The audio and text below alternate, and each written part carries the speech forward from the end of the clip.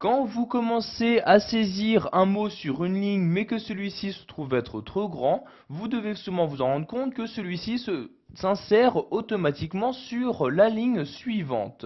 Sachez qu'il est possible de gérer la coupure des mots afin donc de gagner un maximum de place sur une feuille.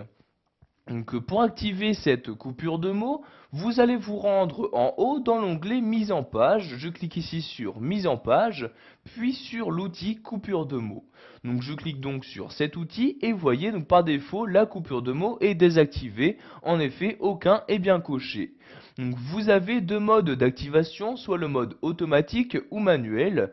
Donc je clique ici sur automatique pour laisser décider donc Word 2010 quels mots doivent être coupés ou non.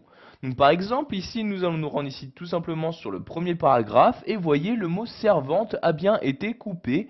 Donc il y a bien les trois premiers caractères de ce mot là qui s'affichent sur la première ligne et le reste du mot s'affiche sur la seconde ligne.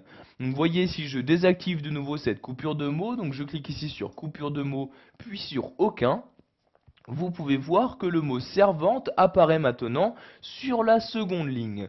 Donc comme je l'ai dit plus tôt, si vous souhaitez gagner un maximum de place sur votre document, vous pouvez activer la coupure de mots. Donc je clique ici, je reclique ici sur automatique et de nouveau donc ici la coupure de mots s'effectue. Donc je vais maintenant l'annuler de nouveau pour maintenant utiliser la coupure de mots, donc la méthode manuelle. Donc je clique ici sur coupure de mots puis aucun et je reclique ici de nouveau sur coupure de mots et maintenant je vais sélectionner manuel. Donc je clique ici sur manuel comme ceci et maintenant donc pour chaque mot que Word a détecté, ce logiciel va vous demander à quel endroit vous souhaitez couper ce mot-là et si vous souhaitez le couper. Donc par exemple ici, si vous souhaitez ne pas couper le mot servante, vous cliquez ici sur non et automatiquement Word 2010 vous emmène au second mot qu'il est possible de couper. Donc si pour celui-ci vous souhaitez bien couper ce mot-ci, vous cliquez ici sur oui comme ceci et de nouveau vous accédez donc au prochain mot qui est possible de couper. Donc par exemple ici si vous souhaitez le couper, je clique ici sur oui etc. Donc vous pouvez faire ceci pour tous les mots présents dans votre document Word 2010.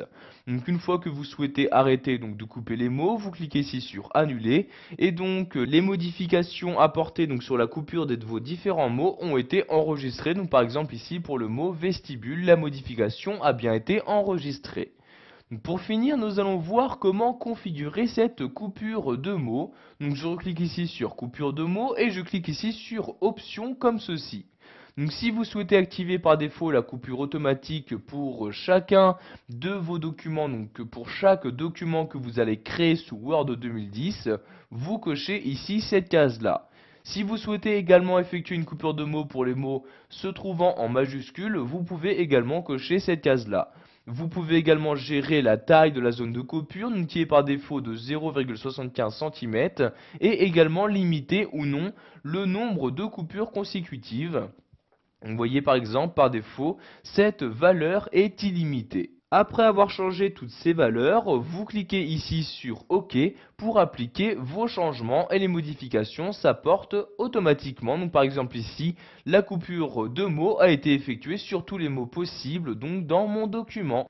Voilà, vous savez maintenant comment gérer la coupure de mots sous Word 2010 en utilisant la méthode manuelle et automatique.